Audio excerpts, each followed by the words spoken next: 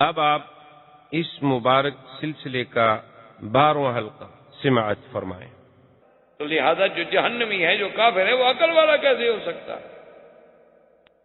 عقل کا معنی یہ نہیں ہوتا کہ وہ آدمی نئی نئی ایجادات بنا لے، ایٹم بم بنا لے۔ عقل کا معنی یہ نہیں ہوتا کہ میزائل ایجاد کر لے۔ جس نے اپنے خالق کو نہیں پہچانا وہ کیسی عقل؟ سب سے بڑا عقل تو وہ ہے کہ اس کو اپنے بنانے والے کی معرفت ہو کہ میرا خالق کون ہے، میرا مالک کون ہے، میرا رب کون ہے، میرا الہ کون ہے۔ جس کو یہ معرفت حاصل نہیں ہے تو عقل کس بات؟ وہ تو کوئی عقل نہیں۔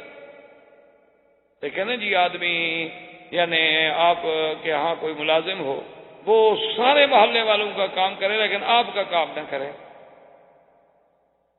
تو آپ اسے کیا کہیں گے؟ بڑا بیوقوف آدمی۔ وہ کہ جناب کا محل ہے، میں تو صبح 6 بجے سے کام کرنا شروع کرتا ہوں، سارے محلے والوں کے جھاڑو دیتا ہوں، صفائی کرتا ہوں، پانی بھر کے۔ انہوں نے کہا بدبخت تم میرے ملازم ہو، میرے کام تو کرتے نہیں ہو، محلے والوں کا کام کرتا ہوں۔ یہ عجیب آدمی، کہیں گے پاگل ہے۔ تو اس لیے جس نے اپنے مالک کو نہیں پہچانا وہ کیسا عقل ہے؟ علماء نے ایک مسئلہ استنباط کیا۔ انہوں نے کہا کہ مثلاً ایک آدمی مر جائے اور وہ وصیت کرے کہ میری جائیداد جو ہے ان کو دی جائے، جو عقل والے ہیں تو جائیداد کس کو دینی ہوگی؟ فقہا نے ایک مسئلہ نکالا۔ یہی تو فقہا کا کام ہوتا ہے نا کہ وہ ایک ایک بات سے مسائل کو چنتے ہیں۔ اور آج بدقسمتی یہ ہے کہ جن کو اللہ نے خود عقل سے محروم کیا ہے وہ فقہا پہ اعتراض کرتا ہے، کیونکہ اس بیچارے کا خود عقل ہو تو عقل والے کو سمجھے نا۔ اب بے وقوف سے آپ تعریف کروائیں عقل والے کی تو وہ کیا سمجھے گا؟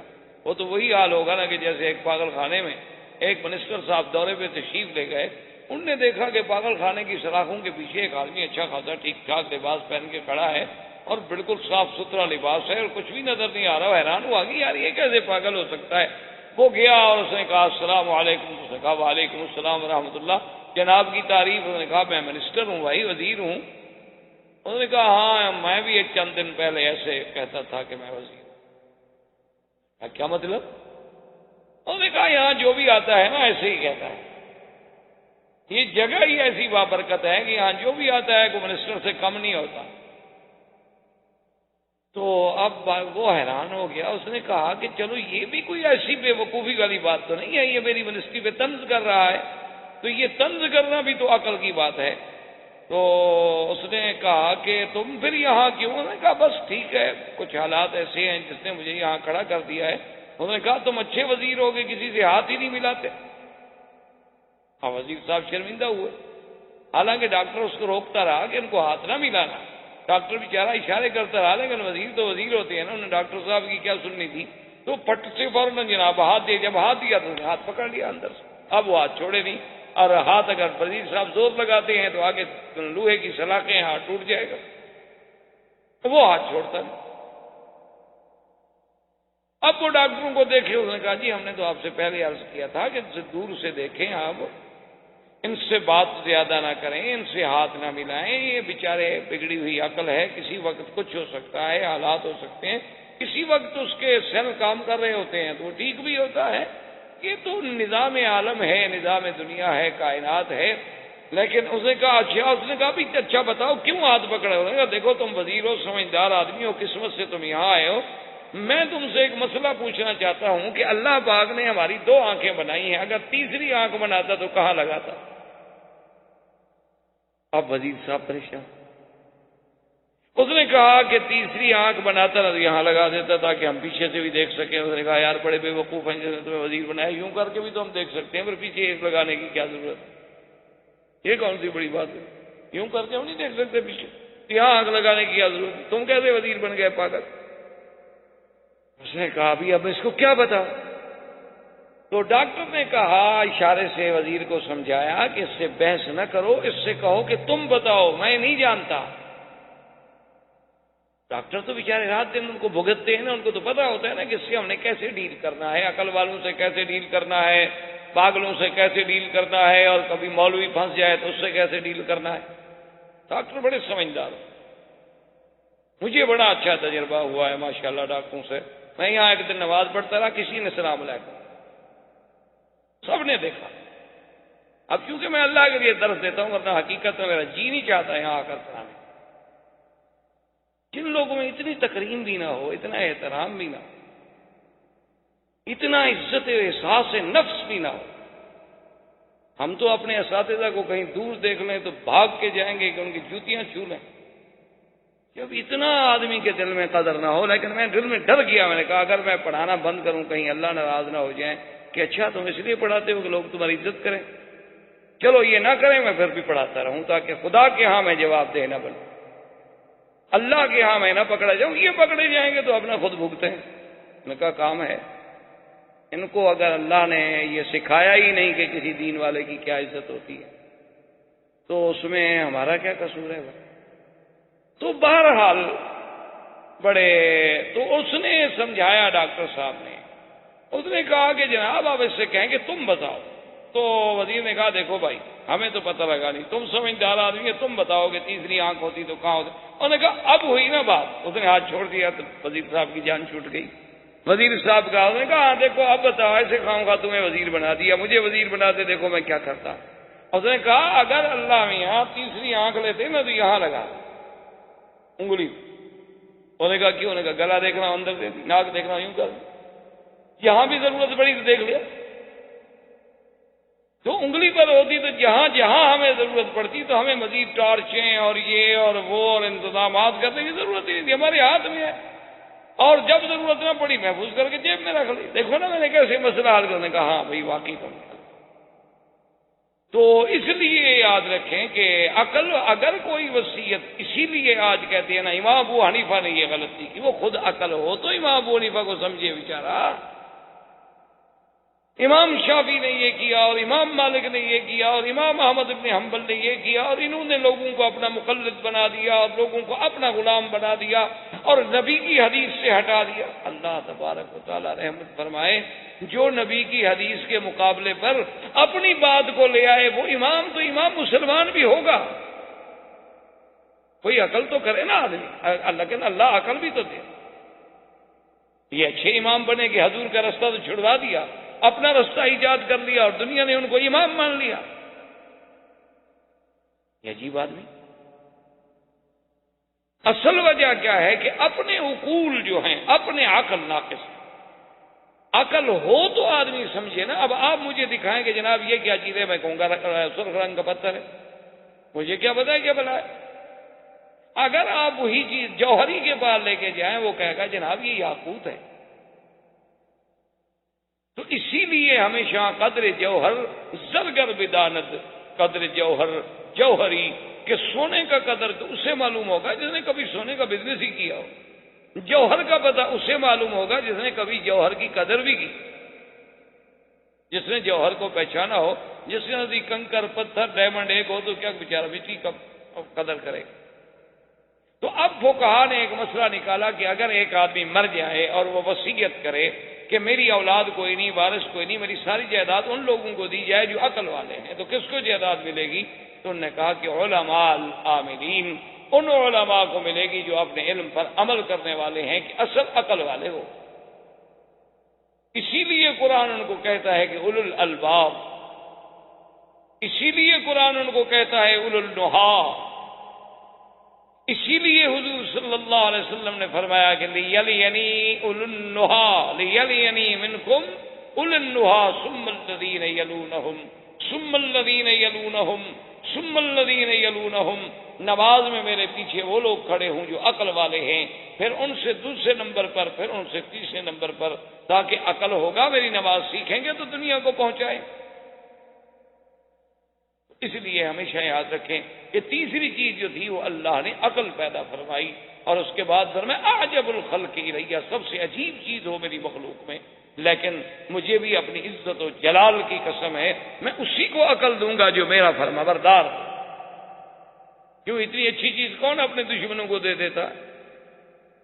تو اس لیے اللہ تبارک و تعالیٰ کی نعمتیں، اللہ تبارک و تعالیٰ کی رحمتیں، اللہ تبارک و تعالیٰ کے ہم پر فضل و کرم اور عنایات ایسی ہیں کہ جس کا ہم کوئی شمار بھی نہیں کر سکتے اور نہ عد و حساب کر سکتے ہیں. تو جو خالق عقل ہے کہ آج انسانی عقل تو ایسی چیزیں ایجاد کر دیتی ہے، اور جس اللہ نے اس عقل کو پیدا کیا ہے اس کی ایجادات کیسی ہوں. اسی لیے علماء نے یہ بھی لکھا ہے کہ جب اللہ نے ایک رات کے مختصر عرصے میں اتنا بڑا نظارہ کرا دیا کہ کہاں مسجد الحرام، کہاں مسجد اقصی، کہاں سماوات سبع، کہاں سدرۃ المنتہا، کہاں امامت انبیاء، کہاں لقاء انبیاء، اور پھر بھی رات ختم نہ ہو، تو انہوں نے کہا کہ دراصل بات یہ تھی کہ اللہ نے جب اپنے نبی کو چلایا اور بلایا تو اپنی پوری کائنات کے نظام کو حکم دیا کہ جہاں کھڑے ہو یہیں تھم جاؤ، اب میرے بدنی کی سواری آ رہی، بس رک جاؤ، سورج رک جاؤ، اپنی حرکت کرنی، اب میرا نبی گزرے، چاند تارے روشنی ہر چیز تھم جائے، اپنے اپنے مقام پہ کھڑی ہو جائے، نظام جام کر دیا، کیونکہ اب محمد مصطفیٰ گزر صلی اللہ علیہ وسلم۔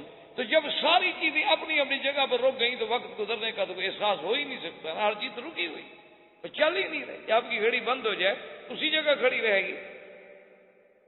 مثلاً ابھی 9 بجے پر ہم گھڑی کو روک دیں تو آپ کل بھی دیکھیں گے تو 9 بجے ہوں، آپ 10 دن کے بعد بھی دیکھیں گے تو 9 بجے ہوں گے، کیونکہ آپ نے اس کو روک دیا ہے، ایک مقام پر آپ نے اس کو جام کر دیا۔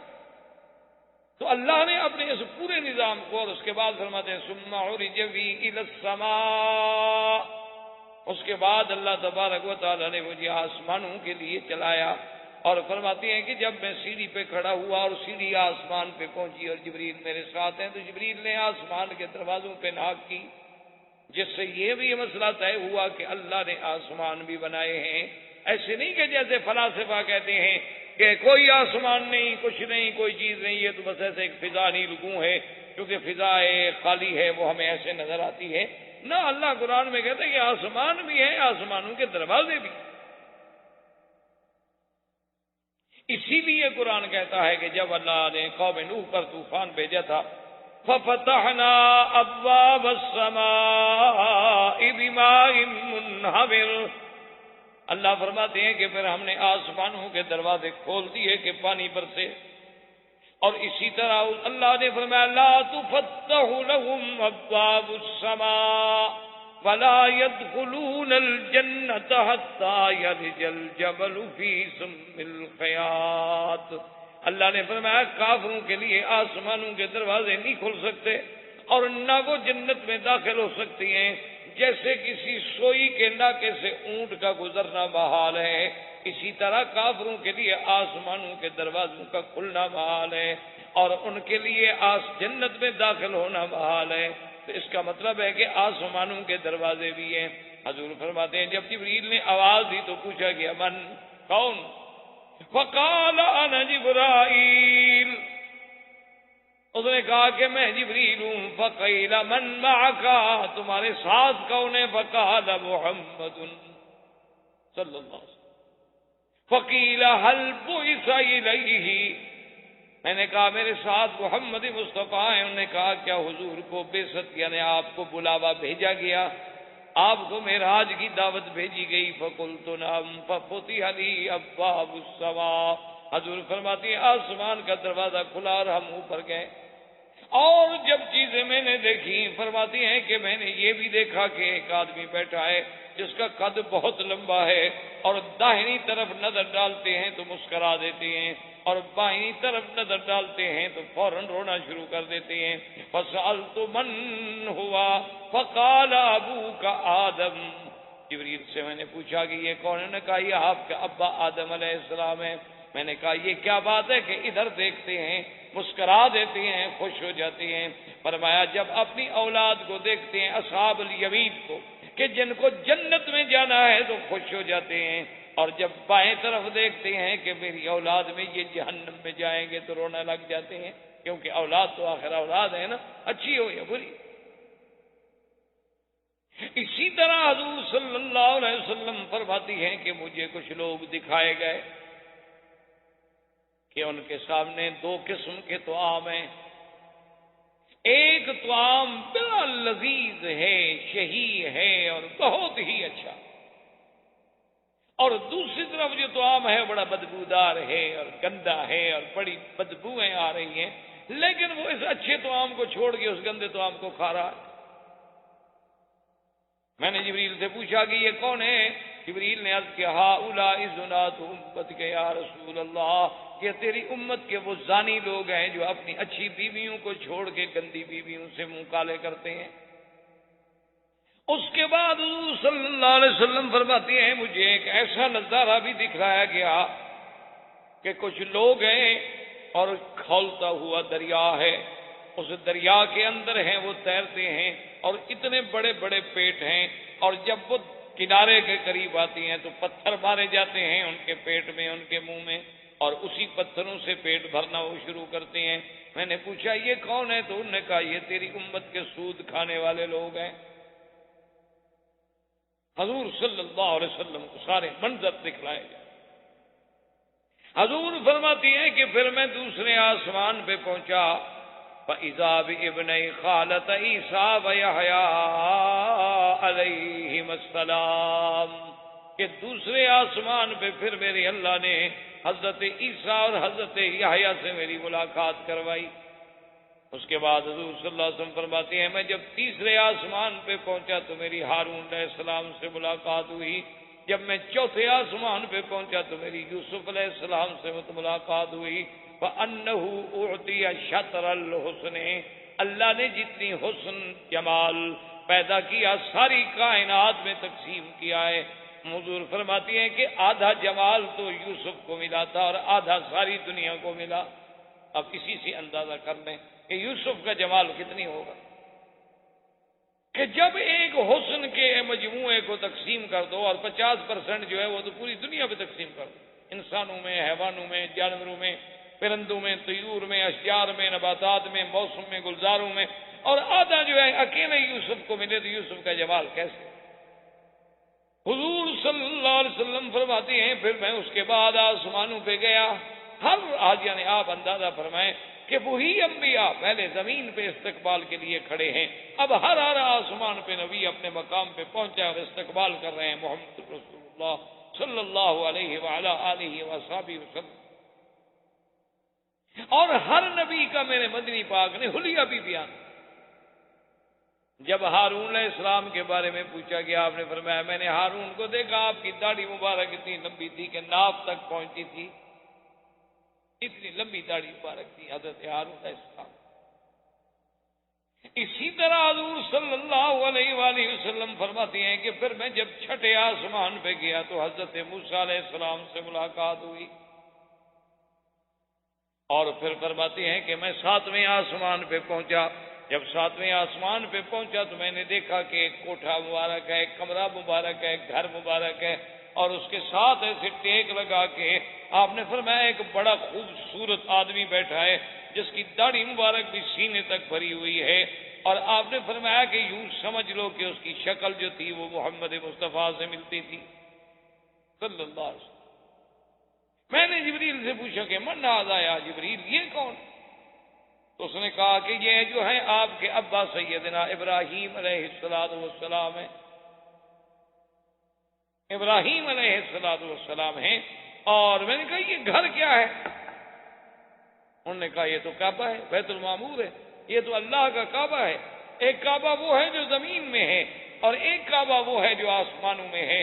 اور جبریل نے عرض کیا کہ یا رسول اللہ آپ کو پتا ہے کہ اس کعبے میں 70,000 فرشتہ روزانہ طواف کرتا ہے، اور جس نے ایک دفعہ طواف کر لیا اس کو قیامت تک نمبر نہیں ملے۔ اب اسی سے اندازہ کریں کہ فرشتے کتنے ہوں گے، کہ وما یعلم جنود ربک الا ہو، اللہ فرماتے ہیں محمد مصطفیٰ تیرے ملک، تیرے اللہ کی جو فوج ہے فرشتوں کی، اس کا عدد، اس کی تعداد اللہ کے سوا کوئی نہیں جانتا کہ کتنی۔ اور حضور فرماتی ہیں کہ اگر بیت المعمور کو اللہ چاہیں اور زمین پہ اتار دیں تو عین اسی کعبے کے اوپر آ کے بیٹھے۔ اسی لیے اس کعبے کا حکم جو ہے وہ تحت سرا زمین کی اصل تک ہے اور آسمانوں تک ہے۔ اسی لیے ہے نا کہ آپ ہوائی جہاز میں بیٹھے ہیں، جہاں بیٹھے نماز پڑھ لیں، ضروری تو نہیں کیونکہ سارا کعبہ ہے۔ اسی طرح اگر آپ انڈر گراؤنڈ چلے جائیں، یا جیسے حرم شریف میں آپ نے دیکھا ہے جو انڈر گراؤنڈ ان کے بدروم ہیں، اس میں آپ چلے تو گویا آپ تو کعبے سے نیچے چلے گئے ہیں، لیکن اس لیے کہ کعبے کا حکم جو ہے وہ اصل الارض تخوم الارض، یعنی زمین کی جہاں سے بنیاد ہے وہاں سے لے کر 7 آسمانوں تک جو ہے اللہ کے کعبے کا حکم ہے کہ جہاں بھی ہے اللہ کا کعبہ. اسی لیے علماء نے لکھا ہے نا کہ مسجد کے اوپر کوئی چیز نہ بنائی جائے، کیونکہ وہ بھی تو مسجد کے حکم میں ہے. اب بعض فقہا اسی لیے اجازت نہیں دیتے کہ مسجد کے نیچے دکانیں ہوں،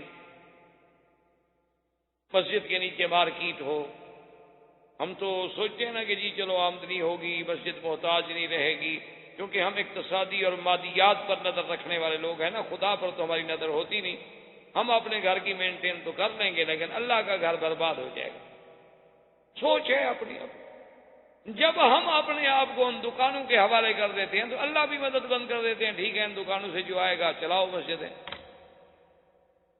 تو اصل بات یہ نہیں ہے، اصل بات یہ ہے کہ بھئی اس مسجد کا حکم جو ہے وہ تو تحت سرا تک ہے اور اوپر آسمانوں تک ہے. تو جب یہ ساری مسجد ہے تو مسجد میں تجارت ہم کیسے کریں؟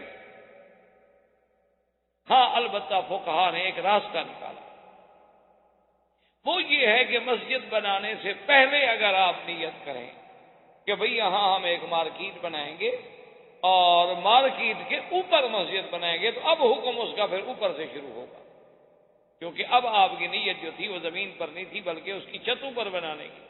تو اگر آپ نے نیت میں پہلے مارکیٹ کی الگ نیت کی اور مسجد کی اس کے اوپر نیت کی تو پھر مسجد بنانا جائز ہو جائے گا.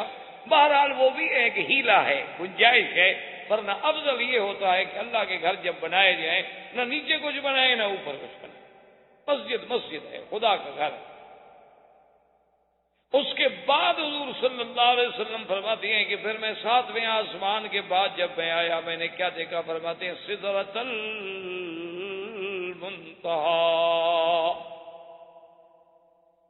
عندہا جنت المأوی اذ یغشی السدرۃ ما یغشی.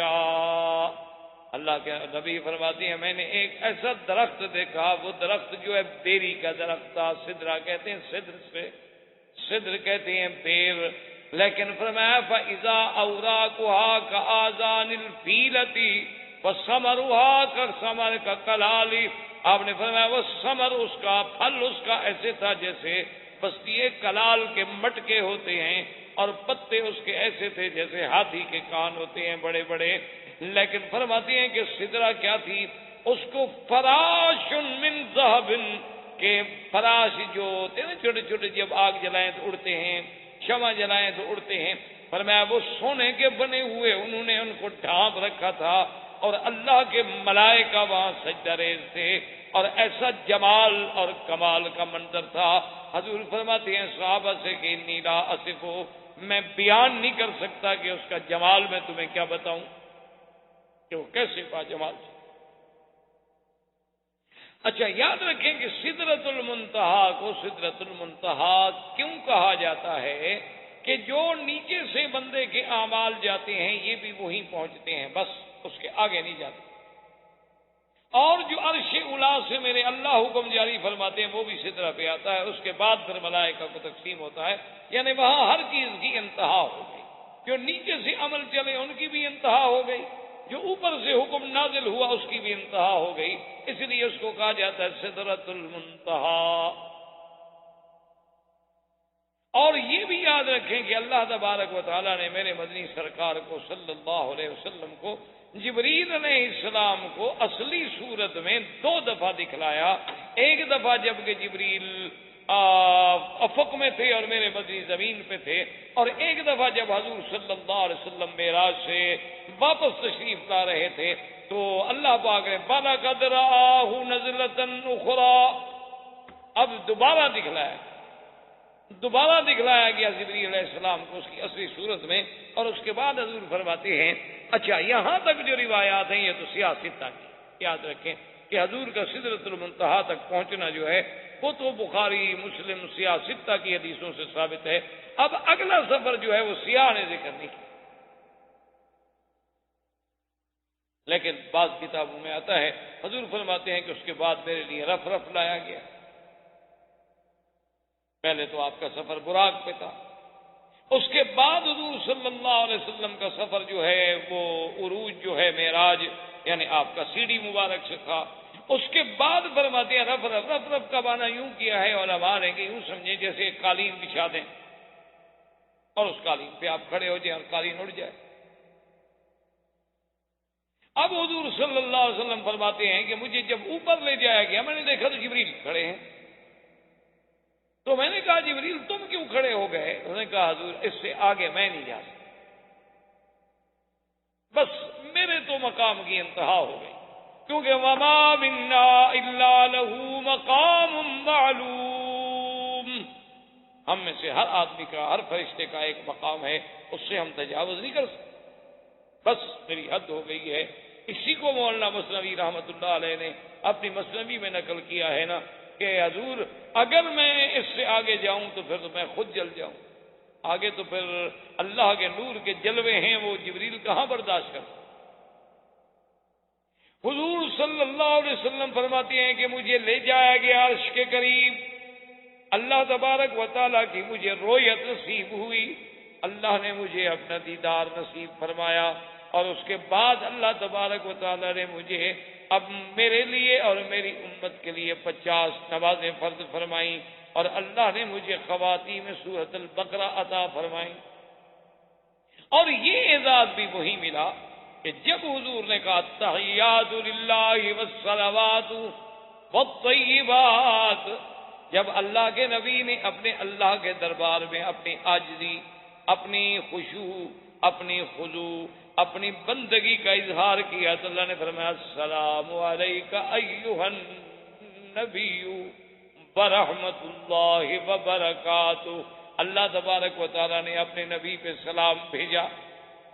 آج کل تو یہ مسئلہ بھی بڑا انڈو پاک میں بڑا یعنی فتنہ انگیز بن گیا کہ دیکھو جی السلام علیکہ، علیکہ خطاب ہے، کاف خطاب کے لیے ہوتا ہے، معنی یہ ہے کہ نبی ہر جگہ موجود ہے، تبھی تو ہم کہتے ہیں السلام علیکہ ایھا النبی.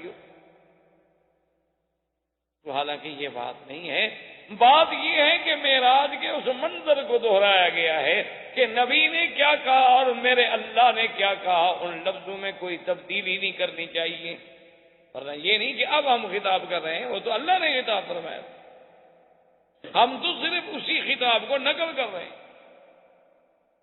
جیسے کہ مثال کے طور پر فرعون کی اور موسیٰ علیہ السلام کا مکالمہ ہے، یا ابراہیم علیہ السلام کا اور نمرود کا مکالمہ ہے. اذ قال ابراہیم ربی الذی یحیی و یمیت قال انا احیی و امیت. اب اس کا معنی یہ کیا کہ میں کہہ رہا ہوں، میں تو اس کلام کو نقل کر رہا ہوں، کہنے والا تو وہ نمرود تھا.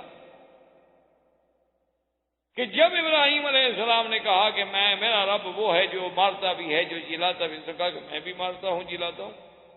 قال فإن الله يأتي بالشمس من المشرق فأت بها من المغرب فبهت الذي كفر والله لا يهدي القوم الظالمين.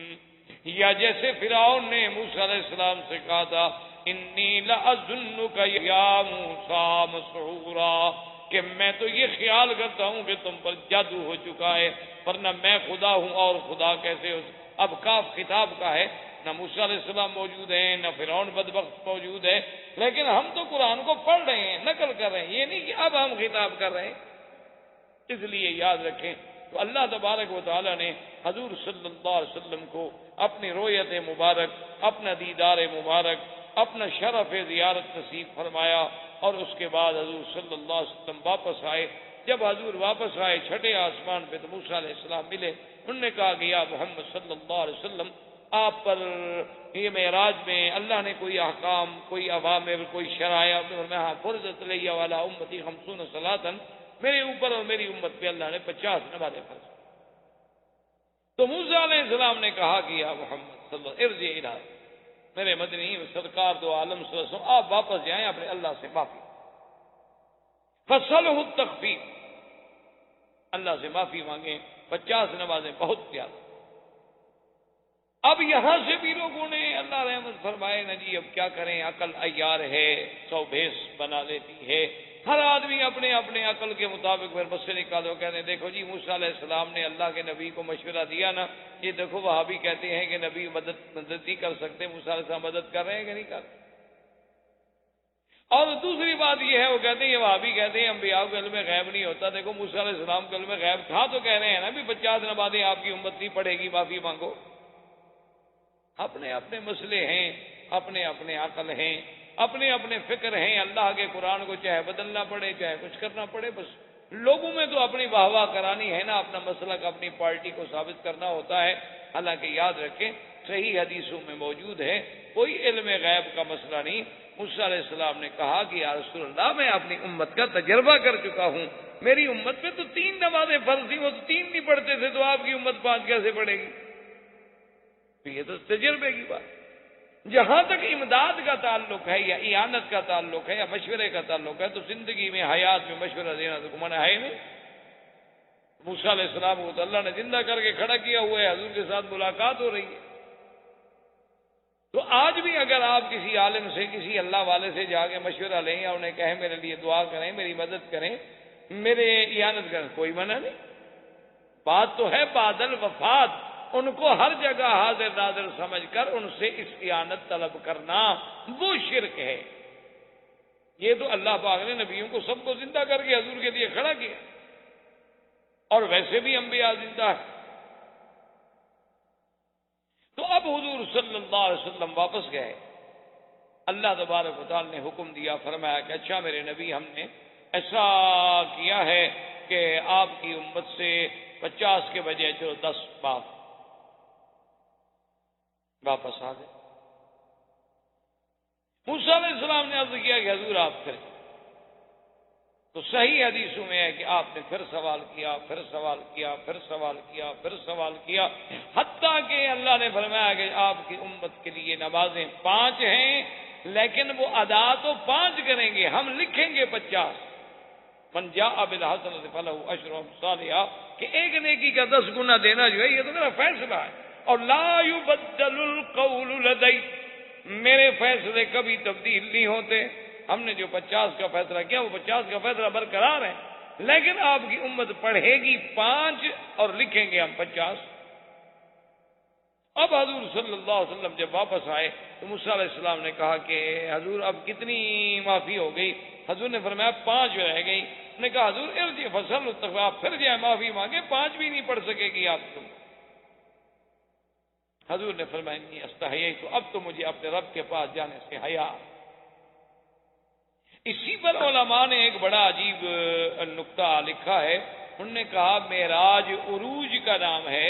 انہوں نے کہا اگر حدیث کی روشنی میں ہم سمجھیں تو پھر حضور کو ایک معراج نہیں ہوا، بلکہ اسی معراج میں 5 دفعہ معراج ہوا کہ حضور جا رہے ہیں آ رہے ہیں، پھر جا رہے ہیں پھر آ رہے ہیں۔ یہ ایک معراج تو نہیں۔ اور بار بار موسیٰ علیہ السلام مشورہ دے رہے ہیں، اس پر بھی علماء نے ایک بڑا عجیب نکتہ لکھا ہے۔ انہوں نے کہا کہ اصل میں موسیٰ بھی تو کلیم اللہ تھے، اللہ کے نبی تھے، اللہ کے رسول تھے۔ انہوں نے جب کوہ طور پہ سوال کیا تھا رب ارنی انظر الیک، کہ میرے اللہ مجھے اپنی زیارت کرائیں، تو اللہ نے منع فرما دیا کہ لن ترانی، تم نہیں دیکھ سکتے ہو، ولکن انظر الی الجبل، اس پہاڑ پہ نظر جماؤ، فإن استقر مکانہ فسوف ترانی، اگر یہ پہاڑ اپنی جگہ پہ ثابت قدم رہ گیا تو پھر تو تم مجھے دیکھ سکو گے۔ فلما تجلی ربہ للجبل جعلہ دکا وخر موسیٰ صعقا فلما افاق قال سبحانک تبت الیک۔ اللہ تبارک و تعالی نے جب اپنی تجلی داڑھی تو پہاڑ ریزہ ریزہ ہو گیا، اب وہ ریزہ ریزہ۔ تو اب اصل میں علماء نے لکھا کہ وجہ یہ تھی کہ موسیٰ علیہ السلام کو چونکہ دیدار ربی نہیں ہوا تھا، رؤیت ربی نہیں ہوئی تھی، اور حضور صلی اللہ علیہ وسلم کو اللہ نے رؤیت نصیب کی، حضور پاک نے اپنے رب کا دیدار دیکھا، تو موسیٰ علیہ السلام یہ چاہتے تھے کہ میرا بدنی، میں رب کو تو نہیں دیکھ سکا، لیکن وہ آنکھیں جو رب کو دیکھ کے آ رہی ہیں ان کو تو میں بار بار دیکھتا رہوں۔ اس لیے وہ ہمیشہ مشورہ دیتے رہے کہ حضور صلی اللہ علیہ وسلم اوپر جائیں پھر آئیں، اوپر جائیں پھر آئیں۔ وہ جتنی دفعہ اپنے رب کا دیدار کریں گے میں اتنی دفعہ کم از کم دیدار محمد مصطفیٰ صلی اللہ علیہ وسلم کی آنکھوں کا تو کر دوں گا، مجھے کم از کم یہ تو نصیب ہو جائے۔ اور اس کے بعد حضور صلی اللہ علیہ وسلم فرماتے ہیں کہ پھر مجھے بیت المقدس میں اتارا گیا، اور اس کے بعد بیت المقدس میں پھر سارے انبیاء نے میرا استقبال کیا. پھر اس کے لیے میرے لیے براق لائی گئی. صلی اللہ علیہ وسلم فرماتی ہیں پھر مجھے براق پہ بٹھا کے ہم مکہ مکرمہ میں آئے، اور ابھی رات کا پورا حصہ بھی نہیں گزرا تھا کہ صبح ہوئی، حضور نے اعلان فرما دیا کہ اللہ نے مجھے اسراء و معراج کرایا ہے. اب جب حضور صلی یہ ہوتا ہے دراصل مقام نبی. یاد رکھیں کہ اللہ کے نبی اللہ کے احکام کو بیان کرنے میں پھر حکمتوں کے فیصلے کا انتظار نہیں کرتے کہ مناسب ہے یا مناسب نہیں ہے، ماحول موافق ہے، حالات اجازت دے رہے ہیں، یہ بات نہیں ہوتی. اللہ کے نبی اپنے اللہ کے فیصلے کے پابند ہیں کہ جو حق ہے حق ہے، کہنا ہے، چاہے کوئی مانے کوئی نہ مانے. حضور نے جب اعلان فرمایا تو قوم تو سیخ پا ہو گئی. انہوں نے کہا عجیب بات، یہ کوئی عقل کی بات.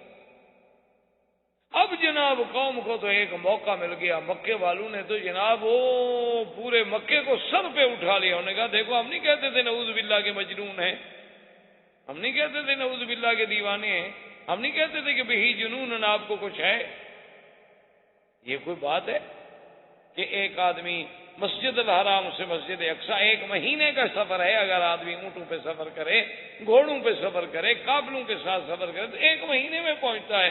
اور حضور صلی اللہ علیہ وسلم فرماتے ہیں میں بیت المقدس گیا، پھر آسمان دنیا پہ، پھر 7واں آسمان سدرۃ المنتہا، اس کے بعد دیدار رب تبارک و تعالی، پھر 5 دفعہ آنا، 5 دفعہ جانا، پھر بیت المقدس میں اترنا، پھر یہ سارا عالم جنت دیکھنا، اس کے بعد جو ہے جنت کی سیر کرنا، جہنم کے مناظر کا دیکھنا، یہ ساری چیزیں ہو گئی اور رات بھی ختم نہیں ہوئی.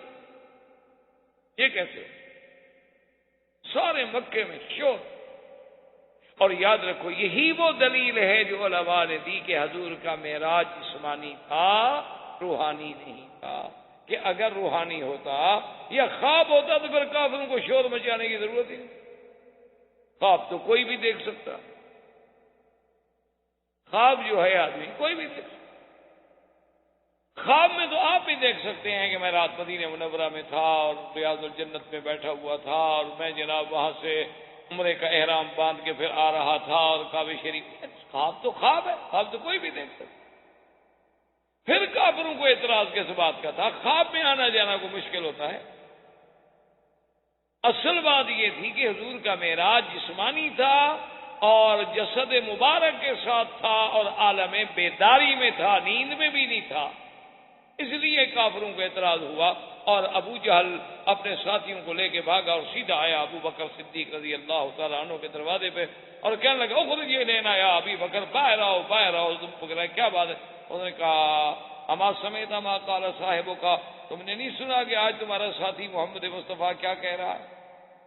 دیکھو ہم ٹھیک کہتے تھے نا نعوذ باللہ کہ آپ کو جنون ہے، ہماری بات ٹھیک تھی. ان کا کیا بات؟ اس نے کہا کمال کرتے ہو کہ حضور صلی اللہ علیہ وسلم فرماتے ہیں کہ میں ایک رات میں، اور رات بھی ابھی پوری نہیں گزری، کہ میں مسجد اقصی گیا اور ابو جہل نے جب یہ ساری بات کہہ دی تو سیدنا ابی بکر نے رضی اللہ تعالیٰ عنہ نے ایک بات پوچھی. اس نے کہا ابی جہل یہ بتاؤ کہ جو تم کہہ رہے، جو باتیں تم نقل کر رہے ہو، حل قال محمد صلی اللہ علیہ وسلم، کیا یہ باتیں میرے مدنی پاک نے خود کہیں تم نے سنی ہے؟ اس نے کہا کمال کرتے ہو بھائی، چل کے پوچھ لو. نے کہا صدق رسول اللہ. اس نے کہا اگر میرے نبی نے فرمائی ہے تو ابو جہل سن لو تو پھر میرے مدنی نے سچ فرمایا. انہوں نے کہا بکر تمہارا بھی دماغ چل گیا، کیسے سچ فرمایا؟ اس نے کہا ہم تو اس سے بھی زیادہ کی بات مانتے ہیں. جب وہ ہمیں روز خبر دیتے ہیں کہ جبریل ابھی آسمان سے آیا، ابھی آسمان پہ گیا، تو جب جبریل کا آنا جانا آسمان سے اور وحی ہم مان سکتے ہیں تو اللہ کے نبی کا جانا کون سا مشکل مسئلہ ہے؟ میرے مدنی نے جو کچھ فرمایا بالکل سچ. میں کہا کمال کی بات، یہ کوئی سچ ہو سکتا ہے؟ اب جناب قریش کے بڑے بڑے سردار جو تھے وہ اکٹھے ہوئے. انہوں نے کہا کہ یار یہ تو نئی بات ہو گئی اور یہ بڑا اچھا موقع ہے کہ ہم اس موقع سے فائدہ اٹھائیں. دیکھو نا جی، دشمن کو تو موقع مل گیا کہ ایک ایسی بات جو کسی انسان کے عقل میں نہ آئے وہ اللہ کے نبی فرما رہے ہیں. تو انہوں نے کہا چلو موقع سے فائدہ اٹھاتے ہیں، سارے اکٹھے ہو جاؤ اور چلتے ہیں حضور صلی اللہ علیہ وسلم کی خدمت میں اور آپ سے جا کے پوچھتے ہیں کہ ہمیں وہ نشانیاں بتلائیں جب نشانیاں نہیں بتلا سکیں گے تو پوری دنیا میں واضح ہو جائے گا نعوذ باللہ کہ حضور پاک نے غلط فرمایا۔ حضور صلی اللہ علیہ وسلم فرماتے ہیں کہ میں حتیم میں بیٹھا تھا کہ سارے مکے کے سردار بڑے بڑے اکٹھے ہو کے آ گئے اور مجھے آ کے کہنے لگے حضور ہم آپ سے کچھ سوال کرنا چاہتے ہیں۔ ایک تو آپ ہمیں یہ بتلائیں کہ مسجد اقصی کی علامات کیا ہیں، دروازے کتنی ہیں، کس دروازے سے آپ داخل ہوئے، کس دروازے سے آپ خارج ہوئے، کس جگہ سے آپ اوپر تشریف لے گئے، ایک بات۔ اور دوسری بات یہ بتلائیں کہ ہمارا ایک قافلہ تجارت کا قافلہ جو ہے وہ شام گیا تھا اور شام سے روانہ ہوا ہے واپس مکے کے لیے، کیا آپ نے اس کو بھی دیکھا، وہ بھی کہیں راستے میں آپ کو ملا تھا؟ اور اگر ملا تھا تو کہاں ملا تھا اور کون سی جگہ تھی، اور اندازہ کیا ہے آپ کا کہ وہ مکے میں کب پہنچے گا؟ اگر یہ باتیں آپ بتا دیں پھر تو ہم سمجھیں گے کہ آپ نے ٹھیک فرمایا۔ حضور فرماتی انی کربت کربتن ما کربت قط، فرماتی ہیں کہ مجھے اتنی تکلیف پہنچی کہ ایسی تکلیف مجھے زندگی میں کبھی نہیں پہنچی۔ کیوں؟ دیکھیں نا، جب آپ عمرہ کرنے آئے ہیں، اچھا آپ ماشاءاللہ یہاں نوکری کر رہے ہیں، ڈپٹی کر رہے ہیں، اتنے عرصے سے مکے شریف میں جاتے ہیں، نمازیں پڑھتے ہیں، آپ نے کبھی دروازے گنے یار؟ آپ نمازیں پڑھنے جاتے ہیں، دروازے گننے جاتے ہیں؟ یہ آدمی مسجد میں گیا، نماز پڑھی، واپس آ گیا، وہ دروازے تھوڑے گنتا رہتا ہے کہ دروازے کتنے۔ حضور اگر مسجد اقصی میں گیا دروازے گننے گئے کہ آپ سے پوچھا جائے کہ دروازے کتنے ہیں اور کیسے ہیں؟ لیکن دشمن حضور صلی اللہ علیہ وسلم فرماتے ہیں کہ میں بہت پریشان ہوا، بہت اداس ہوا، بہت غمگین ہوا، لیکن اللہ نے جبریل بھیجا اور اللہ نے فرمایا کہ میرا مدنی غم کیوں کرتے ہو، اداس کیوں ہوتے ہو؟ یہ کون سی بڑی بات ہے؟ ابھی بیت المقدس اٹھا کے ہم آپ کے سامنے کر دیتے ہیں، کافروں سے کہو پوچھو کیا پوچھو۔ حضور صلی اللہ علیہ وسلم فرماتے ہیں کہ گویا اس حتیم میں اللہ کی دیوار کے سامنے گویا کہ پورا ماڈل جو تھا نا بیت المقدس کا اللہ نے میرے سامنے کر دیا۔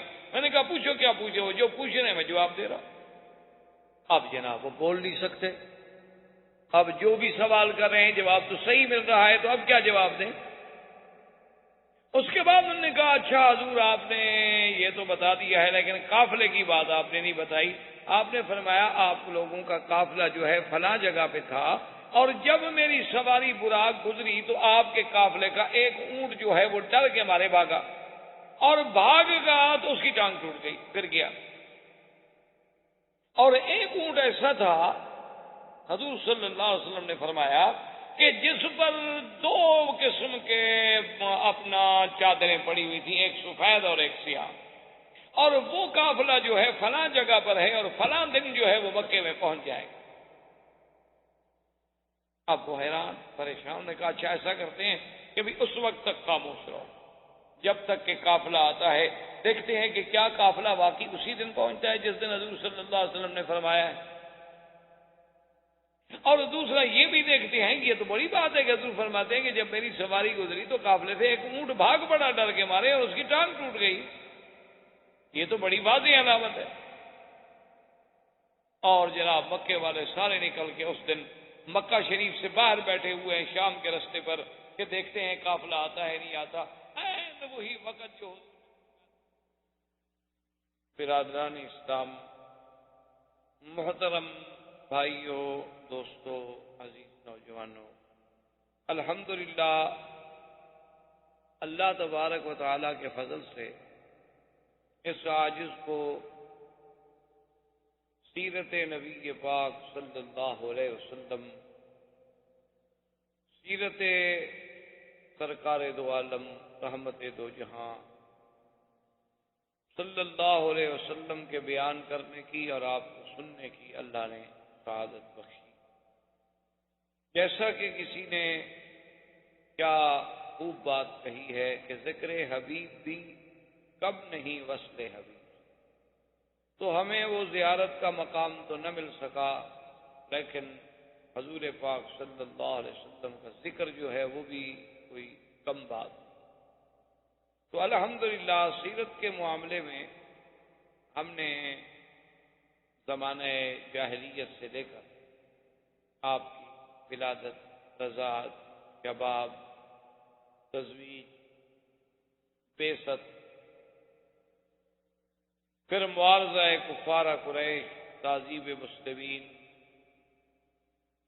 اور اس کے بعد اسراء و معراج تک اپنے دروس کو پہنچایا. اور آج ہم انشاءاللہ جس درس میں بات کر رہے ہیں اس کا تعلق حضور صلی اللہ علیہ وسلم کے معراج کے بعد ہجرت کے زمانے، معراج کے بعد، اسراء و معراج کے بعد ایک عظیم واقعہ ہوا مکے میں کہ ایک قبیلہ دوس، ایک بہت بڑا قبیلہ تھا. اس قبیلے کا ایک سردار تھا عمرو بن طفیل، جو بعض روایات میں اس کا نام بالعکس ہے طفیل ابن عمرو. وہ مکے میں آئے. کیونکہ وہ ایک قوم کے ایک قبیلے کے سردار تھے تو مکے کے بھی سردار لوگ جو تھے، روسا جو تھے، ایک دوسرے کا احترام، ایک دوسرے کا اکرام کرتے تھے. تو جب اس کو ملے تو انہوں نے کہا کہ دیکھو تم بہت بڑے قبیلے کے سردار ہو، لیکن آج کل ہم ایک بہت بڑی مشکل سے دوچار ہیں کہ ہمارے ہاں ایک شخصیت نے اللہ کے نبی ہونے کا دعویٰ کیا ہے تو ہم میں سے، اور اس کی باتیں بھی بڑی عجیب ہیں اور اس کی زبان میں کچھ ایسے اثرات ہیں کہ جو بندہ بھی اس کے قریب جاتا ہے، اس کی بات سنتا ہے، اس کی کلام سنتا ہے، تو نتیجہ یہ نکلتا ہے کہ وہ اپنے ماں باپ کو، بیوی بچوں کو، خاندان کو بھی چھوڑ، حتیٰ کہ باپ دادے کے دین کو بھی چھوڑ. تو لہذا تم مکہ مکرمہ میں جتنا دن تم رہنا ہے بڑے شوق سے قیام کرو، عبادت کرو، طواف کرو، عمرے کرو، لیکن تم نے محمد الرسول اللہ صلی اللہ علیہ وسلم کے قریب نہیں جانا. تو اس نے کہا ٹھیک. تو وہ شخص کہتا ہے سردار دوس، رئیس دوس طفیل، کہ میرے اوپر ان کی باتوں کا کچھ ایسا اثر ہوا کہ میں نے تو باقاعدہ کپاس کان میں رکھ لی کہ کہیں سے حضور صلی اللہ علیہ وسلم کی کوئی آواز میرے کانوں میں نہ پڑ جائے کہ بھی آدمی بیوی کا نہ رہے، بچوں کا نہ رہے، خاندان کا نہ رہے، ساری دنیا سے کٹ جائے. اور کچھ دنوں کے اندر اندر مجھے یہ تو پتہ چل گیا کہ یہ وہ ذات پاک ہے جس کا نام محمد الرسول اللہ ہے. اور میں ان کو دیکھتا کہ وہ حرم میں بیٹھے ہیں، باتیں فرما رہے ہیں، کچھ لوگ ان کو مل رہے ہیں، لیکن میں قریب جانے سے ڈرتا. آخر ایک دن میرے دل میں یا کیا نہ خیال پیدا ہوا کہ تم ایک قبیلے کے سردار ہو، اتنی بڑی قوم کو تم ہینڈل کرتے ہو، کاروبار تم کو قابو رکھتے ہو. یہ بات ہے کہ تم کوئی چھوٹے سے بچے ہو گے، کسی کی بات جو ہے تم پر ایسا اثر کر دے گی کہ تم بیوی بچوں کو بھی چھوڑ دو گے. ٹھیک ہے؟ بلکہ مجھے تو یہ چاہیے کہ میں ان کی جا کے بات سنوں اور فیصلہ کروں کہ وہ سچے ہیں، قریش سچے ہیں. بات کیا ہے؟ ایک طرف قریش کہتے ہیں کہ وہ ہم میں سے ہے، بنو ہاشم میں سے ہیں، اور ان کی زبان پہ ہم نے کبھی جھوٹ بھی نہیں سنا، اور دوسری طرف ان کی تکذیب بھی کرتے ہیں. تو یہ کم از کم ہمارے سرداروں کا ہی کام ہے نا کہ ہم مل کے فیصلہ کریں. تو کہتے ہیں کہ ایک دن میں حضور صلی اللہ علیہ وسلم کی خدمت میں چلا گیا اور حضور صلی اللہ علیہ وسلم کچھ لوگوں سے بات فرما رہے تھے، اور اس کے بعد آپ قرآن پاک کی کچھ آیات مبارک تلاوت کر رہے تھے. بس میں نے تو حضور کا چہرہ دیکھا اور تلاوت سنی، اور کہتا ہے کہ میری تو دنیا ہی بدل، میری تو کائر بدل.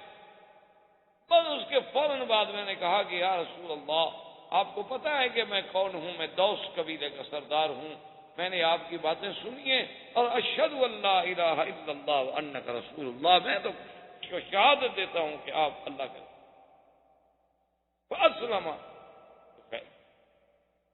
اب اس کے اسلام لانے سے تو پورے مکے میں شور ہو گیا نا کہ قبیلہ دوس کا سردار مسلمان ہو گیا.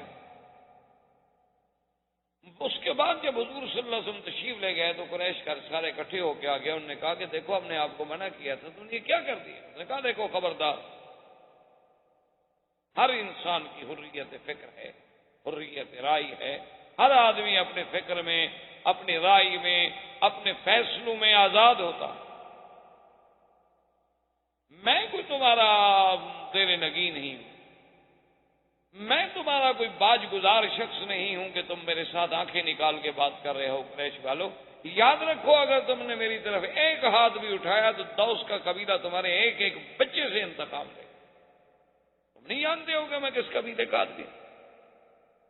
قریش ٹھنڈے پڑ گئے. اب ان کو پتا تھا بہت بڑا قبیلہ ہے، اسے ٹکر لینا تو بڑا مشکل ہے. دوسرے دن پھر دوس کا سردار طفیل ابن عمرو حاضر ہوا حضور صلی اللہ علیہ وسلم کی خدمت میں، اور اس نے کہا کہ یا رسول اللہ صلی اللہ علیہ وسلم، اللہ کا شکر ہے کہ اللہ نے مجھے اسلام نصیب فرما دیا. ماذا تأمر، اب آپ مجھے حکم فرمائیں کہ آپ مجھے کیا حکم دیتے ہیں، کہ اگر حکم دیں تو میں آپ کا خادم بن کے آپ کے ساتھ ہر وقت رہنے کے لیے تیار ہوں. اور میں یہ بھی آپ کو یقین دلاتا ہوں کہ محمد عربی صلی اللہ علیہ وسلم میرے ہوتے ہوئے قریش آپ کی طرف ٹیڑھی نظر بھی نہیں کر سکتے. انا رئیس دوس، میں اپنے قبیلے کا سردار ہوں. حضور نے فرمایا کہ اگر تم میرے حکم پہ چلنا چاہتے ہو تو فرج الی قومک فدعوہم الی الاسلام، تم لوٹ جاؤ اپنے قوم میں، قبیلے میں، اور ان کو اسلام کی دعوت. مجھے میری حفاظت کی ضرورت نہیں ہے، مجھے تو اللہ نے اپنی دین اور توحید کی دعوت پھیلانے کے لیے. فقال انا حاضر جیسے آپ کہو.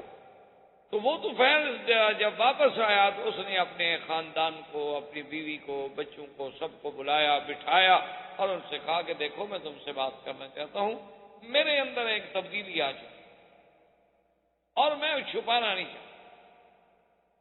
میں نے کہا کیا بات؟ اس نے کہا کہ میری ایک ملاقات ہوئی ہے ایک ذات پاک سے جس کا نام محمد الرسول اللہ ہے صلی اللہ علیہ وسلم. وہ اللہ کے مبعوث ہیں، اللہ کے بھیجے ہوئے نبی اور رسول ہیں. مجھے انہوں نے جب قرآن پڑھا اور دعوت اسلام دی میں تو مسلمان ہو چکا ہوں. اب اگر آپ میرے ساتھ شریک ہونا چاہتے ہیں تو اہلا وسہلا، اور اگر مجھ سے جدا ہونا چاہتے ہیں تو ابھی سے علیحدہ ہو جاؤ. میں ساری دنیا کو اب چھوڑ سکتا ہوں لیکن محمد رسول اللہ کو نہیں چھوڑ سکتا. ایک دن کی صحبت کا یہ عالم، خدا کی شان ہے. بیوی بچے مسلمان ہو گئے، قریب کے جو لوگ تھے وہ مسلمان ہو گئے. اب اس نے قوم کو دعوت دینی شروع کی. چند دنوں کے اندر اندر پورا قبیلہ تھا اس کا ایک بندہ بھی نہ رہا الا دخلوا فی الاسلام، سب کے سب اسلام میں داخل. اور اسی اثنا میں حج کی موسم آ گئی، اور جب حج آتا تھا تو مکے والے بھی حج کرتے تھے،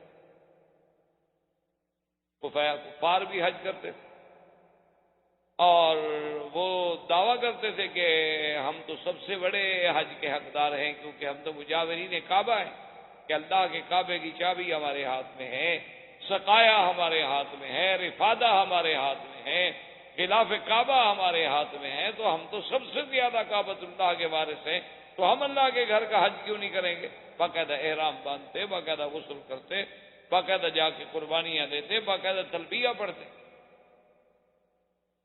حتیٰ کہ ایک روایت مبارک میں آتا ہے کہ ایک دن حضور صلی اللہ علیہ وسلم نے سنا کہ کفار قریش میں سے کچھ لوگ احرام باندھے ہوئے تلبیہ پڑھ رہے تھے کہ لبیک اللہم لبیک لبیک لا شریک لک لبیک.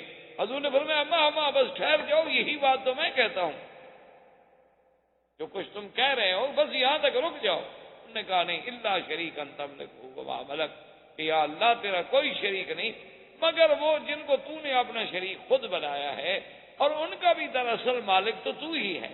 وہ تمہارے مالک نہیں ہے، جو ہمارے چھوٹے چھوٹے خدا ہیں ان کا تو مالک ہے، یہ تمہارے مالک نہیں، لیکن تو نے ان کو اپنا شریک بنایا.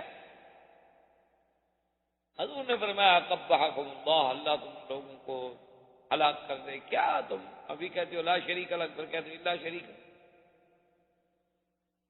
تو خیر بہرحال یہ ہوا کہ جب حج کا موسم آیا تو اس حج کے موسم میں اللہ کی شان دیکھیں کہ مدینہ منورہ سے 73 آدمی کا قافلہ آیا حج کرنے کے لیے، اور وہ پہلے سے اسلام لا چکے. 73 مرد تھے اور 2 عورتیں تھیں.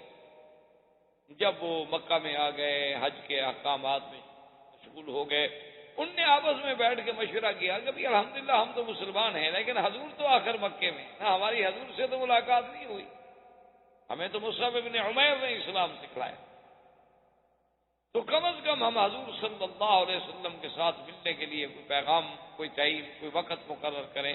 تو 2 آدمیوں کو منتخب کیا گیا، براء ابن معرور اور اسعد ابن مالک. یہ دونوں آدمی حضور صلی اللہ علیہ وسلم کی خدمت میں حاضر ہوئے. حضور نے فرمایا من این انتما، کہاں سے آئے ہو؟ انہوں نے کہا من یثرب، اس وقت یثرب تھا، مدینہ تو بعد میں بنا نا جب مدینے والا گیا ہوا۔ تو انہوں نے کہا کہ تم کیسے آئے ہو پھر میرے پاس؟ انہوں نے کہا کہ حضور ہم مسلمان ہیں، ہم کلمہ پڑھ چکے ہیں، لیکن ہمیں آپ کی زیارت نصیب نہیں، ہم چاہتے ہیں کہ نبایعو کا، ہم آپ کے ہاتھ میں بیعت کریں، اور ہمارے ساتھ تو 73 آدمی ہیں ماشاءاللہ۔ آپ نے فرمایا تمہارا نام کیا ہے؟ اس نے کہا جی براء ابن معرور۔ تمہارا نام کیا ہے؟ اس نے کہا اسعد ابن مالک۔ حضور نے فرمایا اچھا اسعد ابن مالک، تم وہ تو نہیں ہو جو بڑا ایک معروف شاعر ہے؟ اس نے کہا کہ ہاں یا رسول اللہ میں وہی ہوں۔ ففر یا رسول اللہ، حضور کو بڑی خوشی ہوئی، کیونکہ اس زمانے میں کوئی مواصلات تو تھے نہیں، کوئی وزارت اعلام، کو نشر اشاعت، کوئی قصے، کوئی چیزیں تو نہیں تھی۔ اس زمانے میں تو یہی ہوتا تھا نا کہ کوئی اگر فصیح، ادیب، بلیغ، کوئی شاعر مسلمان ہو جائے تو پھر اسلام میں ایک قوت آتی تھی، اسلام میں ایک طاقت آتی تھی کہ وہ اپنے شعر و شاعری کے ذریعے اسلام پھیلاتا تھا، کیونکہ شعروں میں بڑی طاقت ہے۔ اسی لیے حضرت حسان رضی اللہ تعالی عنہ جب شعر پڑھتے تھے مشرکین کے رد میں، تو حضور نے فرمایا شد علیہم من السہام، کہ جو تم تیر مارتے ہو نا اس تیروں سے زیادہ حسان کا شعر ان کو مارتا ہے، کیونکہ شعر میں بڑی قوت ہے، ان من الشعر حکمت، لیکن شرط یہ ہے کہ وہ شعر جو ہے وہ حکمت اور عین ثواب ہو، اللہ کے قرآن اور احکام سنت رسول کے خلاف نہ ہو، تو پھر اس میں بڑی طاقت ہے شعر۔ حضور صلی اللہ علیہ وسلم بڑے خوش ہوئے، کبھی شاعر ہے، اور عربوں میں تو شاعری کا بڑا قدر تھا، یہ سارے بڑے فصیح و بلیغ لوگ تھے، جتنے کفار قریش گزرے ہیں ان میں تو فصاحت اور بلاغت ان کی گٹھی میں پڑی ہوئی تھی نا۔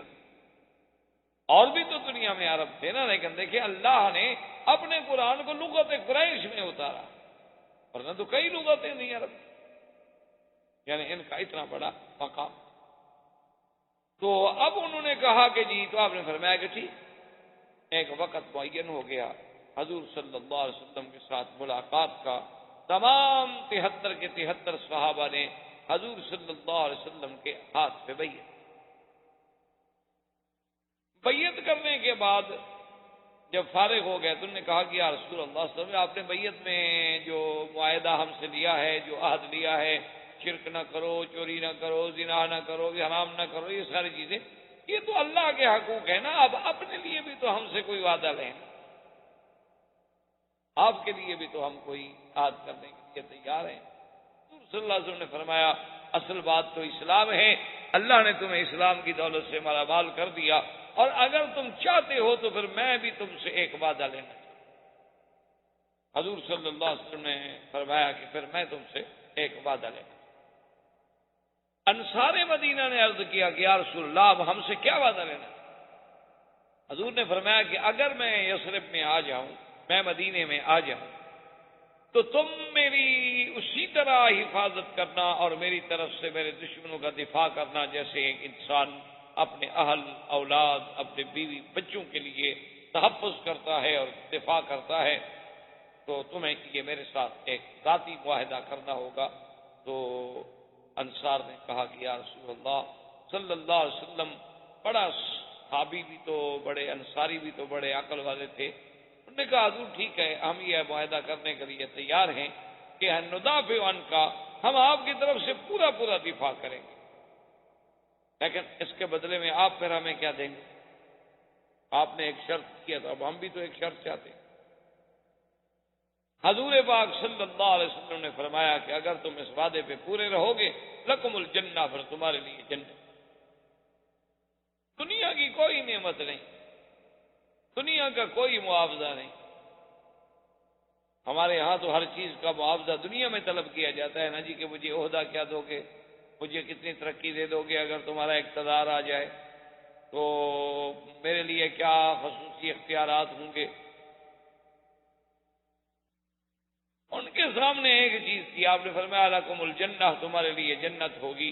تو پتہ ہے اس صحابی نے کیا کہا؟ اس نے کہا کہ واللہ یا رسول اللہ لا نقیل ولا نستقی۔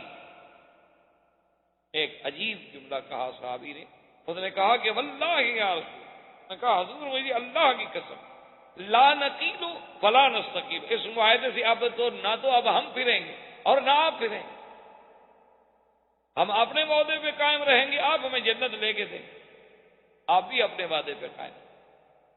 حضور صلی اللہ علیہ وسلم نے فرمایا ٹھیک ہے، تمہارا وعدہ ہے، اللہ کے نبی کا بھی تو ایک وعدہ ہے۔ ایک صحابی نے عرض کیا، اس نے کہا حضور یہ تو سب نے اپنے اپنے میثاق مواعید رکھے ہیں، مجھے اجازت ہو تو میں کچھ عرض کروں؟ تو حضور نے فرمایا ہاں تو بھی بتاؤ۔ اس نے کہا حضور ہماری ایک خواہش ہے، مدینے والوں کی ایک تمنا ہے، میں ان کی طرف سے سب کی طرف سے ایک ترجمانی کرنا چاہتا ہوں کہ اگر اللہ آپ کو کبھی ہمارے پاس لے آئے تو پھر ہمیں چھوڑ کے نہیں جانا، ایک وعدہ آپ ہمارے ساتھ کریں کہ اگر اللہ تبارک و تعالیٰ کبھی آپ کو مدینہ منورہ لے آئے پھر آپ ہمیں چھوڑیں گے۔ حضور صلی اللہ علیہ وسلم بھی جوش میں آ گئے، فرمایا مدینے والوں فیکم احیا و فیکم اموت، میرا بھی وعدہ ہے کہ آنے کے بعد میری زندگی بھی تمہارے ساتھ، میری موت بھی تمہارے ساتھ۔ اتنا بڑا وعدہ کہ صحابہ کا دماغ دیکھیں کہ کتنا بڑا فیصلہ لے لیا، کتنا بڑا مقام حاصل کر لیا کہ حضور کی وجہ سے دنیا میں ساری دنیا جو ہے مدینے سے بھی مکے آتی ہے، لیکن جب قیامت ہوگی تو مکے والے بھی مدینے جائیں گے۔ آپ اندازہ کریں کہ کتنا بڑا شرف لے گئے مدینے والے۔ کبھی آپ اس بات پہ غور کریں کہ ساری دنیا، مدینے والے بھی تو حج کرنے کے لیے مکے آتے تھے نا، حضور بھی تو حج کرنے کے لیے مدینہ چھوڑ کے مکے آتے تھے، لیکن حضور کے وہاں ہونے سے اتنا بڑا شرف ملا مدینے کو کہ حضور نے فرمایا کہ جب میں قیامت والے دن اپنے روضہ مبارک سے اٹھایا جاؤں گا تو فاروق نے فرمایا سب سے پہلے آتی علی بقیع الغرقد، میں مدینے کے قبرستان جنت البقیع الغرقد پہ آؤں گا، ثم انتظر لاہل مکہ، پھر میں مکے والوں کا انتظار کروں گا، مکے والے آئیں گے فاجعلهم علی یمینی واہل المدینہ علی شمالی ثم اسوقهم الی المحشر، وہ جب آئیں گے مدینے مکے والے تو پھر میں محشر کی طرف جاؤں گا۔ یعنی اگر حضور وہاں نہ ہوتے تو پھر مکے والے وہاں کیوں جاتے؟ اتنی بڑی بات صحابہ نے کی۔ اور خدا کی شان دیکھیں کہ حضور صلی اللہ علیہ وسلم جب یہ ملاقات کرنے کے لیے جا رہے تھے مدینے والوں سے تو آپ کے چچا عباس جو تھے وہ بھی ساتھ بیٹھے ہوئے تھے، اتفاق سے مسلمان نہیں تھے، اور جب حضور جانے لگے ان کے ساتھ تو عباس نے کہا حضور اگر اجازت ہو تو میں بھی چلوں؟ انہوں نے فرمایا تم تو اسلام نہیں لائے ہو اور تم وہاں کیا کرو گے؟ انہوں نے کہا حضور میں اسلام چاہے نہ لاؤں، کم سے کم آپ میرے عزیز ہیں، میرے بھتیجے ہیں، پتہ نہیں وہ کون لوگ ہیں جو آپ کو ملنے کے لیے بلا رہے ہیں، میں آپ کو اکیلا تو نہیں چھوڑ سکتا۔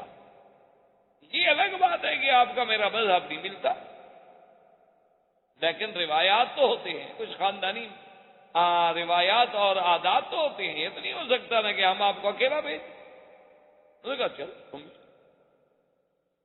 لیکن دیکھیں کمال عباس کا، خاندانی لوگ تھے نا۔ عباس نے کسی نے نہیں کہا کہ بھئی مدینے والے آئے تھے اور حضور کی بیعت ہو گئی اور تم کیا کر رہے ہو، حضور کی تو جماعت بڑھ رہی ہے۔ جو مجلس کا راز تھا المجالس بالامانات، کہ مجالس جو ہیں وہ امانت ہوتی ہیں، کہ جو مجلس میں آپ کے ساتھ بات ہو بس وہ آپ کے ساتھ ہے، اس کا مطلب یہ تھوڑا ہے کہ آپ اس کو اشتہار بنا کے دنیا میں بھاگتے پھریں۔ اب صحابہ کہتے ہیں کہ یہ مجلس مبارک جب ختم ہوئی فسمعنا صارخا یصرخ من الجبل، کہتے ہیں ہم نے سنا کہ ایک آدمی پہاڑ کے اوپر سے ایسی آواز دے رہا ہے، اور کہتے ہیں کہ ایسی آواز ہم نے کبھی نہیں سنی، اتنی سخت آواز، اتنی بلند آواز، اتنی کرخت آواز کہ پورا بنا ہل گیا۔ اس نے کہا کہ یا اہل الخیام، یا اہل مکہ، ایسی زور سے آواز دی۔ اس نے کہا کہاں سو رہے ہو؟ آل یثرب نے تو محمد مدنی کے ہاتھوں پہ بیعت کر لی ہے اور اتفاق ہو گیا ہے تمہارے ساتھ لڑنے پہ، تمہاری قتال پہ اتفاق ہو گیا، تیار ہو جاؤ تم۔ اب جب یہ آواز آئی سب قریش حیران، آواز کہاں سے آ رہی ہے؟ انہوں نے کہا عجیب بات ہے، وہ کون ہے یثرب والے جو ہماری قتال کے منصوبے بنا رہے ہیں؟ اب قریش ڈھونڈ رہے ہیں، ان کو کوئی آدمی نہ ملا، دو آدمی ملے، ایک اسد ابن عبادہ مل گئے، وہ بھی مدینے والے، ان نے پکڑ لیا۔ قریشی نے پکڑ لیا، انہوں نے کہا کہ بتاؤ کہ کون آئے ہیں مدینے؟ اچھا خدا کی شان ہے، حج ختم ہو گیا تھا، وہ بات ختم ہو گئی تھی، وہ لوگ چلے گئے مدینے شریف کی طرف، یہ ابھی بیچارے سفر نہیں کر سکے تھے، باقی تھے۔ ایک ان کے ساتھ اور ساتھی تھا، بعض روایات میں ہے زرارہ تھے اور بعد میں کسی دوسرے کا نام آتا ہے۔ تو اسد بن زرارہ جو ہیں وہ کہتے ہیں کہ انہوں نے اسد بن عبادہ کہ مجھے انہوں نے پکڑ، سعد بن عبادہ مجھے پکڑ لیا قریشیوں نے کہا کہ بات بتاؤ، میں نے کہا کہ مجھے تو پتہ نہیں۔ فضربونی ضربا، انہوں نے مجھے سختی سے مارا۔ انہوں نے کہا بات بتاؤ کون ہے مدینے والے لوگ جو ہمارے خلاف جنگ کا منصوبہ بنا رہے ہیں؟ کہتے ہیں ایک آدمی گزرا، اس نے جا کے ایک کفار قریش میں جبیر ابن مطعم تھا، وہ اس سے کبھی ہمارا یارانہ تھا، دوستی تھی، اس نے جا کے جبیر سے کہا کہ وہ کبارے سعد ابن عبادہ کو مار رہے ہیں قریش اور تم یہاں بیٹھے ہوئے ہو، تمہارے دوست ہیں، وہ تمہارا حلیف ہے۔ تو وہ وہاں سے بھاگا، اس نے کہا قریش کیا کر رہے ہو، پاگل ہو گیا، دماغ خراب ہو گیا تمہارا۔ اگر یثرب والوں نے کوئی پلان بنایا ہے، کوئی معاہدہ کیا ہے، تو اس بندے اکیلے کا کیا گناہ ہے کہ اس کے ساتھ تم سارے لڑ رہے ہو؟ کیسے تم بے وقوف آدمی؟ یہی طریقہ ہے مدینے والوں کے مقابلے سے اس کا مقابلہ کرنے کے لیے۔ اس نے چھڑایا، وہ چلے گئے۔ اب ابو جہل اور بڑے بڑے جو کافر تھے، اخنس ابن شریک، ولید ابن المغیرہ، اسود ابن عبد یغوث، یہ بڑے بڑے جتنے کافروں کے سردار تھے، ابو جہل نے کہا کہ بھائی ہمیں تو فوراً میٹنگ کرنی چاہیے، تو مسئلہ بڑا ٹیڑھا ہو، یہ تو بڑے حالات خراب ہو کہ پہلے تو ہم اسی فکر میں تھے کہ محمد رسول اللہ صلی اللہ علیہ وسلم کے ساتھی چند ایک کمزور لوگ ہیں، چلو کچھ حبشہ چلے گئے، کچھ ادھر چلے گئے، کچھ ادھر چلے گئے، یہ بات ہے ختم ہو جائے گی۔ لیکن اب تو لوگ یثرب تک بھی ان کے ہاتھوں پہ بیعت کرنے لگ گئے، تو یہ تو بڑا مسئلہ ہے۔ اور سنا یہ ہے کہ مدینے میں تو بہت سارے لوگ اور بھی مسلمان ہوتے جا رہے ہیں، تو ہمیں اس بات پہ غور کرنا چاہیے اور اس بات پہ ہمیں فکر کرنا چاہیے۔ تو دار الندوہ جو مقام تھا مکے میں، مسجد الحرام میں، اب تو وہ ٹوٹ پھوٹ گیا۔ باب السلام اور باب الفتح کے درمیان میں ایک جگہ تھی جس کا نام دار الندوہ تھا، جو قصی ابن کلاب نے سب سے پہلے قائم کیا تھا، اور وہاں بیٹھ کے سردار جو تھے قریش کے، بڑے بڑے اہم معاملات جو تھے اس پہ مشورہ کرتے۔ تو دار الندوہ میں ابی جہل نے لوگوں کو جمع ہونے کا حکم دیا، اور ساتھ یہ کہا کہ ایک بات کا خیال رکھنا کہ ہر اس آدمی کو جس کا تعلق بنو ہاشم سے ہے اس کو کبھی دعوت نہ دینا۔ بنی عبد المطلب، بنی ہاشم، بنی عبد مناف، ان تین گھرانوں کے آدمیوں کو کبھی نہ بلانا۔ اور ایک بات یہ بھی دیکھ لو کہ جس کا بھی تعلق کسی طرح محمد رسول اللہ صلی اللہ علیہ وسلم سے بنتا ہو یا مدینے والوں سے بنتا ہو، ان کو بھی مت بلانا اس میٹنگ میں کہ ہماری بڑی خاص ملے، خصوصی نہیں، کیونکہ وہ تو ایک اہم بات کرنا چاہتے تھے حضور صلی اللہ علیہ وسلم کے خلاف۔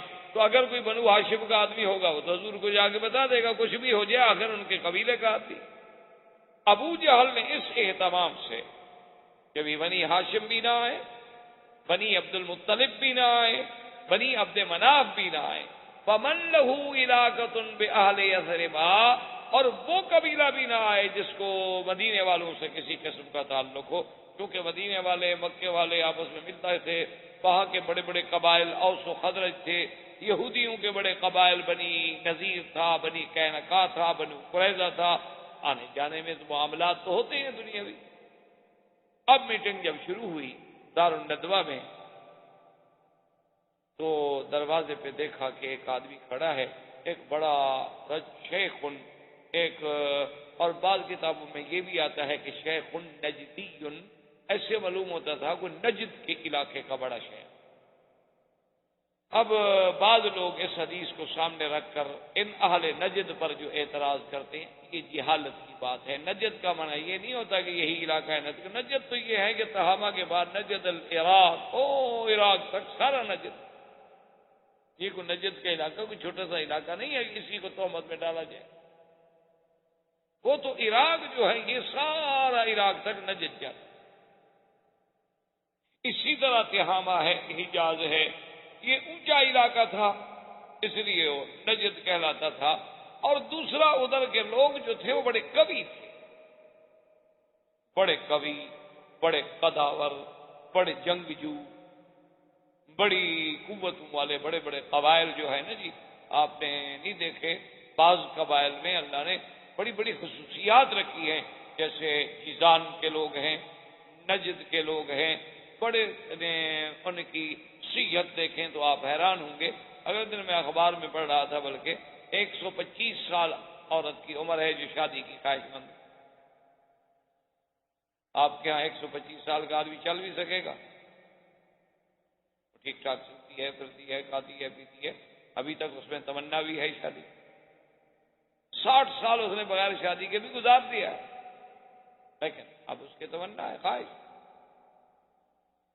تو میرے کہنے کا مطلب یہ تھا کہ بعض لوگوں کو اللہ نے بڑی قوتیں دی ہیں، بڑے قوا دیے، تو اب جناب یہ تھا کہ وہ بھی آ گیا۔ تم نے دیکھا کہ چلو یار یہ بھی نجد کے کوئی علاقے کا آدمی ہے، پہچانا ہوا تو ہے نہیں، کوئی صورت پہلے کبھی نہیں دیکھی ایسے آدمی کی، لیکن لگتا ہے کہ وہ بڑے قبیلے کا بندہ ہے اور بڑا سمجھدار سا لگتا ہے چہرے مورے سے، چلو اس سے بھی فائدہ اٹھا لیتے ہیں مشورے کا۔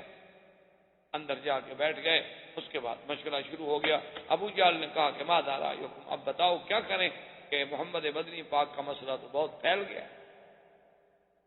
حضور صلی اللہ علیہ وسلم کی عظمت، آپ کی شان اور آپ کا مسئلہ جو ہے وہ رات دن جو ہے پھیلتا چلا جا رہا ہے، اس کے لیے ہمیں غور کرنا چاہیے کہ ہم کیا کریں۔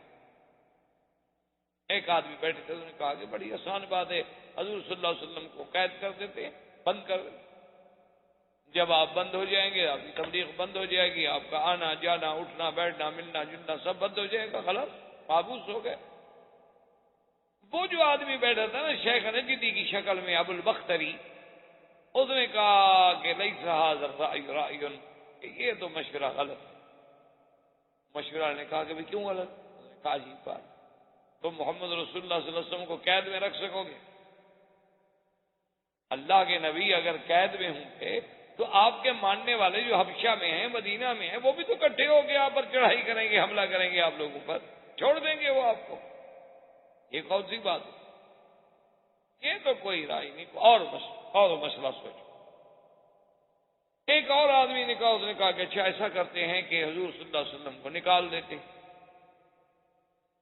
کہ ہمارے مکے سے جائیں جہاں مرضی آئے، وہاں جا کے اپنا دین پھیلائیں، اپنی کچھ قوت بنائیں، لیکن ہماری بس ہم سے چلے۔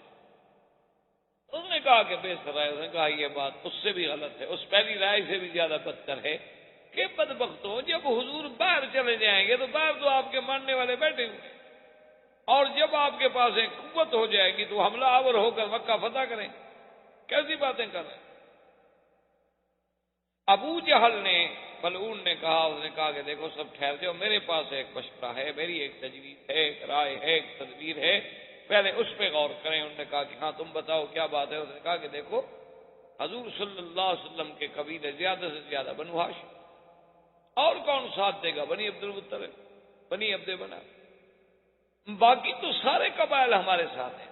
قبیلہ تو ایک تھا قریش، پھر آگے شاخیں ہوتی ہیں نا اس کو عرب میں کہتے ہیں افخاذ، فخذ یا بطن۔ قبیلہ تو قبیلہ ہوتا ہے نا، وہ تو بڑا ہو گیا۔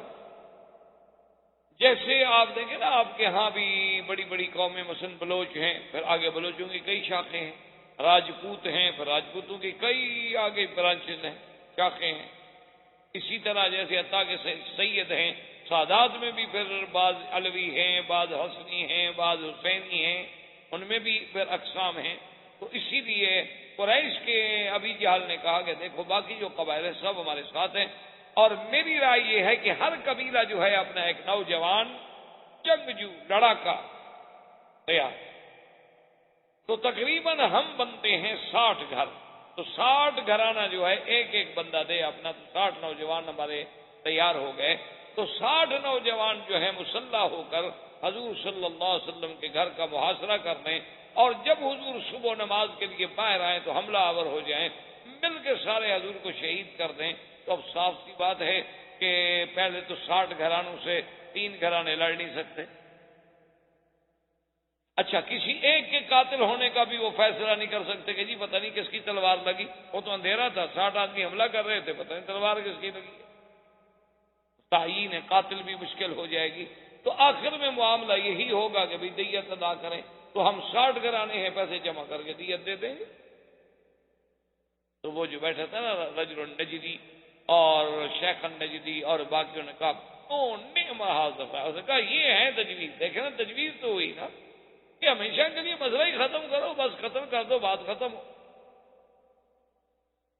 اسی پر فیصلہ ہو گیا جس کو اللہ کے قرآن نے ایک دوسری آیت میں بھی ذکر فرمایا وَإِذْ يَمْكُرُ بِكَ الَّذِينَ كَفَرُوا لِيُثْبِتُوكَ أَوْ يَقْتُلُوكَ أَوْ يُخْرِجُوكَ وَيَمْكُرُونَ وَيَمْكُرُ اللَّهُ وَاللَّهُ خَيْرُ الْمَاكِرِينَ.